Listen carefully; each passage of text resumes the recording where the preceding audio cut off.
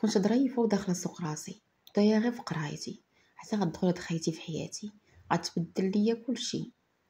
غيوليو عندي جوج تليفونات، التليفون القديم اللي كنت كندير فيه غير العائلة والبنات صحاباتي، ديما محطوط في الدار، ديما مليوح وخيصوني واخا يجاوب شي حد، واخا ديما نخليه في بلاصتي، يهزو اللي بغا يهزو، ما عندي فيه حتى شي حاجة.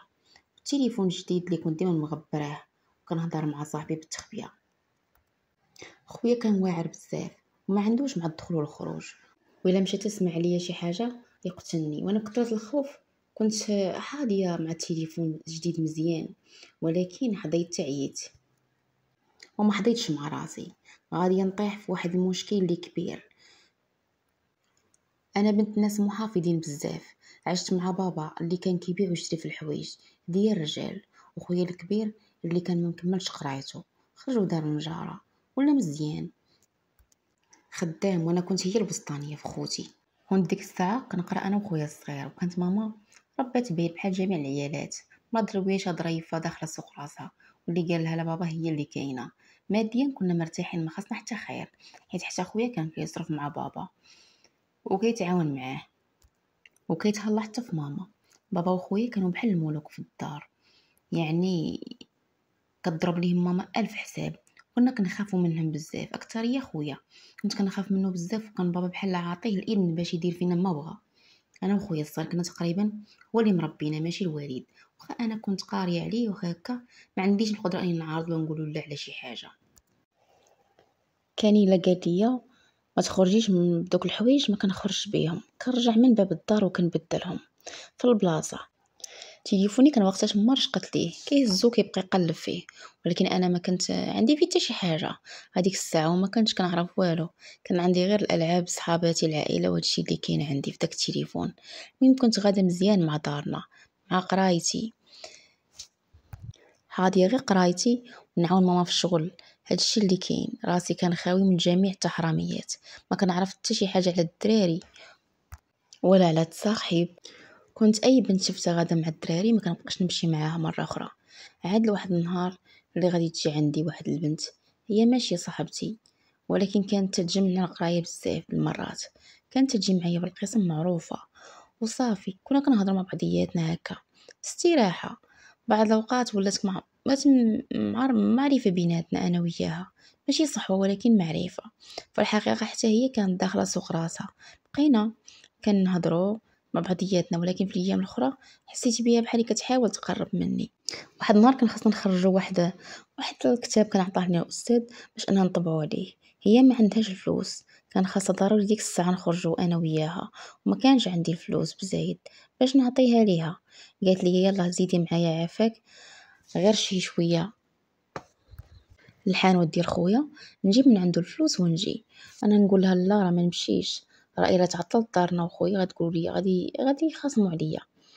قالت لي هذه غير 5 دقائق ديال الطريق، صافي نمشي نجيب من عنده الفلوس ونمشي انا وياك المكتبه ناخذوا داكشي اللي كاين.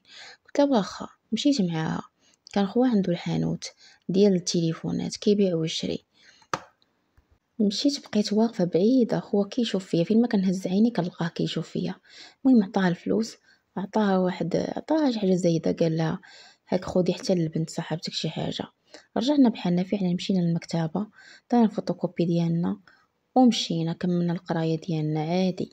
الغد اللي جات عندي البنت كتجري قالت لي عجبتي خويا البارح، وشنو قال لي وجهي حمار وسخن عليا، طيرت ما عرفت باش نجاوبها. وما مولفاش انا كنسمع بحال هاد الكلام.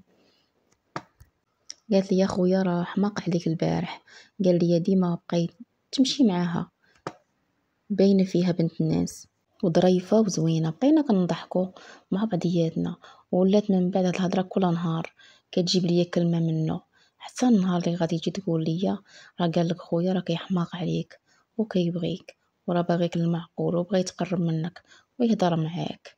ودابا الا بغيتي تعطيه النمره وانا نطير من بلاصتي، قلت له النمره ما يمكنش، الا بغيتي خويا يقتلني لا عندك تمشي تعطي لخوك النمره يدير ليا شي مشكل ديالي. راه انا اصلا التليفون كيبقى في الدار، كيبقى شي مره كيهزو خويا ديما عنده في ايدو، الا بقى تحصل عليا شي حاجه راه غيقتلني. انا مع الوقت وليت كنحس براسي بحال اللي كنبغيه، كنفكر فيه، بديت كنتخيل فيه ملي كتقول لي عليه ديك الكلمة كلام وكيعجبني الحال. بديت كنكون نهار كنتلاقى انا وياها بحال كنبقى نتسناها شنو غتقول ليا، حتى لواحد النهار اللي غادي تجيب ليا تليفون جديد وفيه نمرة فيه كلشي، وقالت لي هذا راه عطاه لك خويا كادو، قال لك خليه خاص غير بيا انا وياك. بقيت هضري بيه وخبيه، راه كيحماق عليك وراه ناوي المعقول، باغي يهضر معاك بأي طريقة، وراه باغي يجي لداركم باش يخطبك. المهم بزاف ديال الهضرة. انا شديت التليفون وفرحت، بديت كنهضر معاه. هو اكبر مني ب4 سنين، ملي كنهضر معاه وانا ما جايبه للدنيا اخبار. وليت فين ما كنلقى شي فرصه كنهضر معاه بداك التليفون، وكنولي نطفيه كنخبيه. مع الوقت تعلقت بيه بزاف، ولينا كنهضروا في الليل كامل، كنبقاو بلا نعاس. خرجت حتى على قرايتي وعلى تفكيري كله، حتى وليت كنحماق عليه. واحد الوقيته بدا كيقول لي ضروري خاصنا نتلاقاو.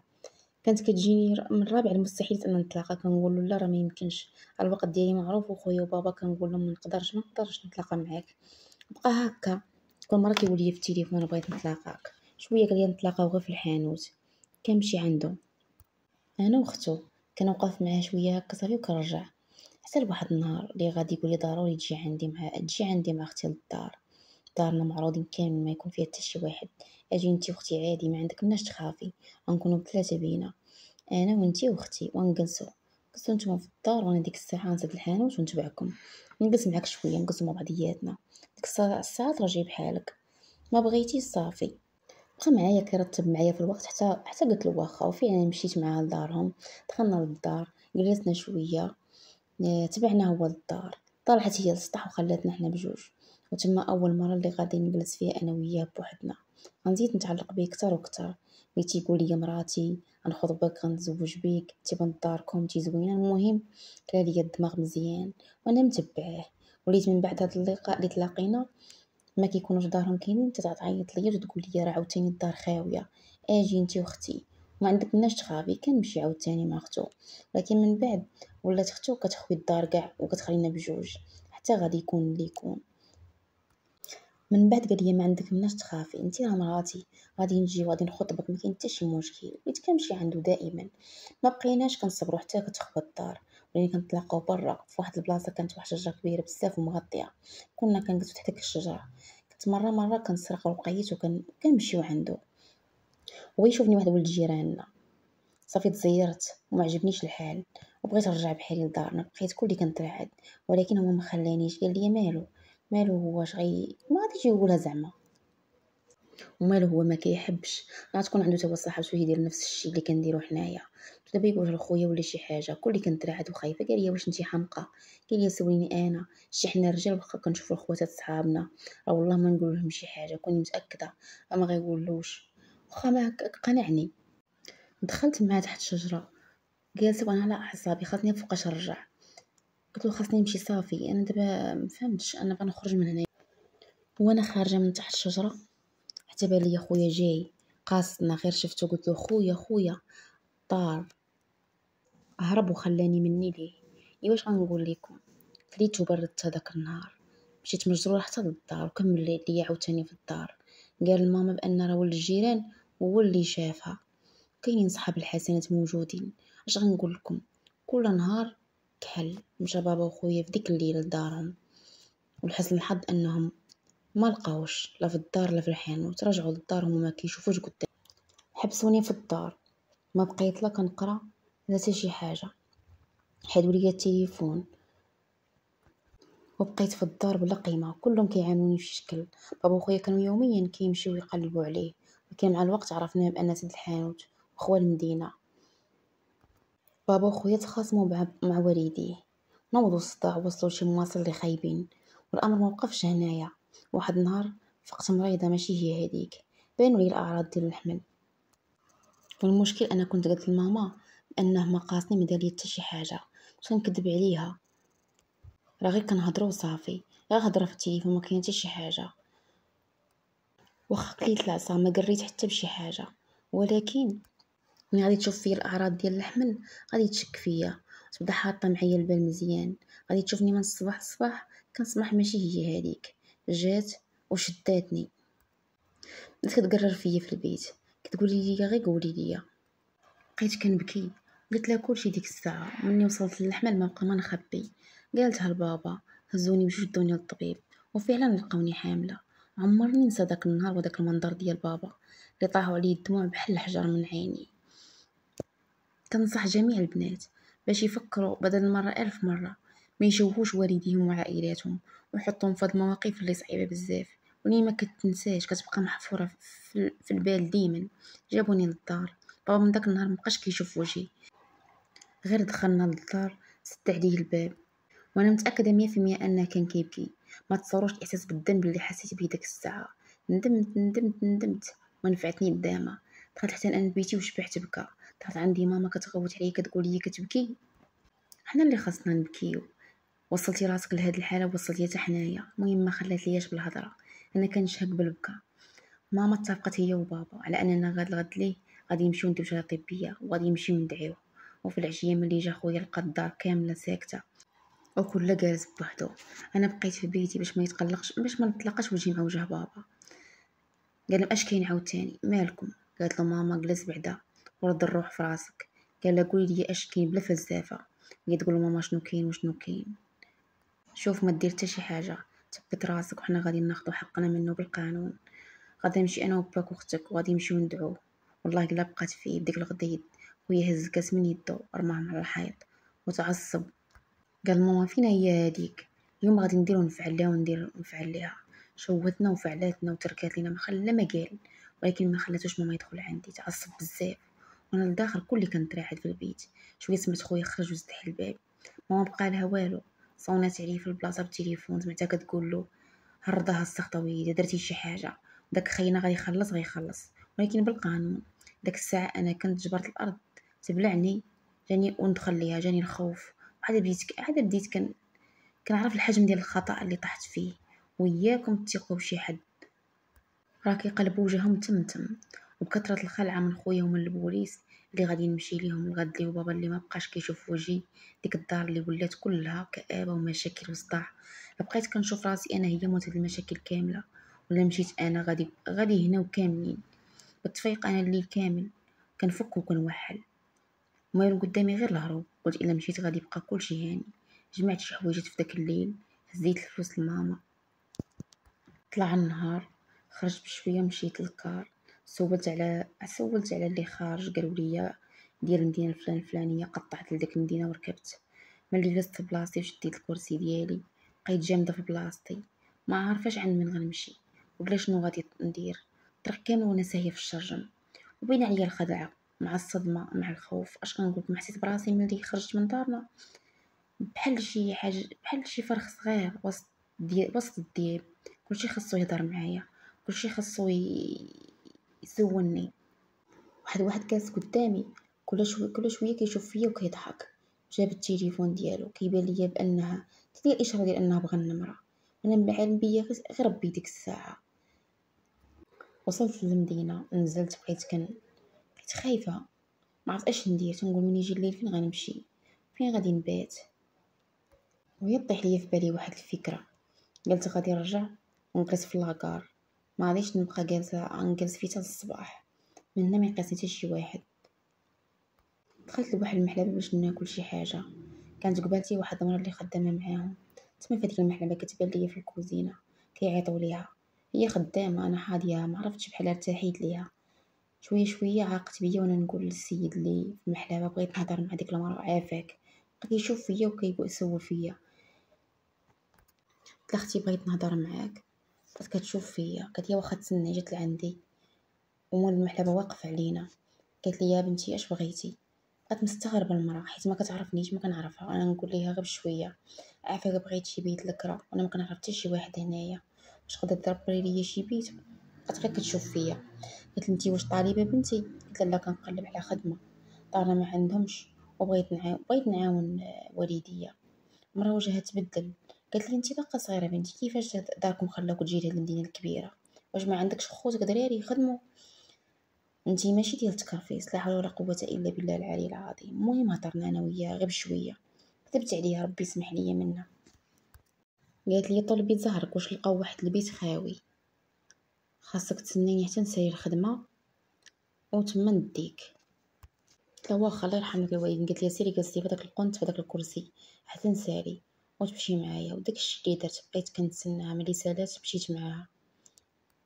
سلمات على مول الحانوت قالت لي السلام، حنطر داك البيت واش تكرا ولا مازال.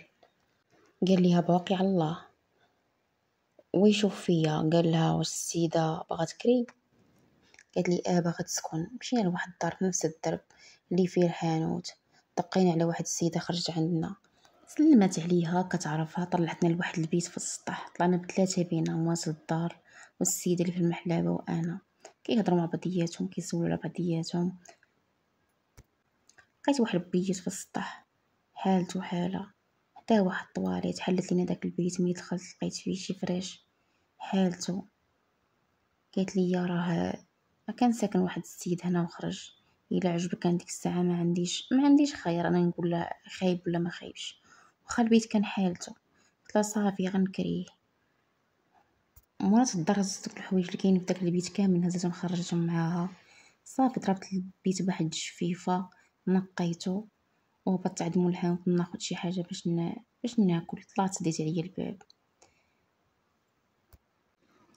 جاتني واحد القهره وبقيت كنبكي. حسيت بالقيمه ديال دارنا وبالامل بداكشي اللي كنت عايشه فيه. اكثر من طاح الليل سمعت الرجلين ديال شي حد طالع للسطح، نط بالخلعه. قلت دابا يحل عليا الباب. قطعت الحس وبقيت كلي كنقفز من بلاصي تنتسنى شنو غيوقع. سمعت شي حد كيتمشى في السطح شويه، بس قدام باب بيتي. سديت عيني ودرت راسي بحال لي بين ركابيا وكنترعد. كنطلب من الله يحميني وكنطلب من الله يغفر لي ويسامحني. ما عمرني نعاود ندير شي حاجه ما هياش. بكثرة الخلعة عرقيت كلي عرق. سمعت الرجلين تحركوا، مولاهم دخل الطواليت اللي كانت لاصقة في بيتي، قضى حاجته. كان كلشي كيتسمع للأسف. ما حمدت الله حتى سمعت الرجلين هابطين في الدروج. وبديك الخلعة حسيت بالندامة وبغيت نرجع لدارنا واخا يضربوني ولا يقتلوني كاع. مهم كنبقى محمية في بيتي للكام وانا ناعسة. كل مرة كنسمع نفس الرجلين كيطلعوا ديك الطواليت اللي حدايا وكيهبطوا. غير طلع النهار تنفست وعرفت من بعد ان مولات الدار ساكنة مع جوج ولادها، واحد مزوج بولاد والتاني عنده 50 عام. كان باقي عزري، لا خدمة لا ردمة. كان مريض شوية نفسيا. والبيت اللي كراو ليا انايا كان بيتو. من نهار تخاصم مع خوه وقال لي يا اما تخدم وتعاوني ولا تخوي عليا البيت ونكريه ونتخلص منه غير الماء والضو. هبا سكن معاهم وبقى كيكري هداك البيت لبناتو.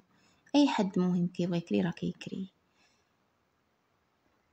وهو كيبقى يطلع للطواليت اللي في السطح حيت مرات خو ما كتخليش يقيس التحتانيه. صافي ولا كيطلع غير الفوق. واخا طيرها مني خلعه، ولكن واخا عرفت ما كنتش مرتاحه.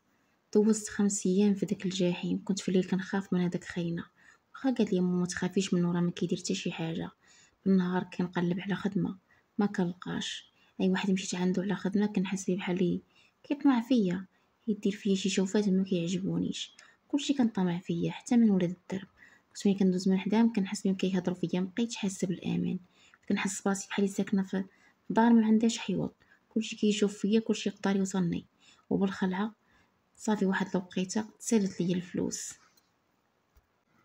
جلست في بيت وبقيت جالسه على البكا حتى سخفت. حسيت بالندامه. بغيت نمشي لدارنا شويه وانا نجمع البقف وجمعت الحوايج بالسربه. عندكم البنات يقولوا لكم ان الزنقه احسن من الدار. مهما كانت المشاكل اللي في الدار ما تكونش بحال اللي في الزنقه.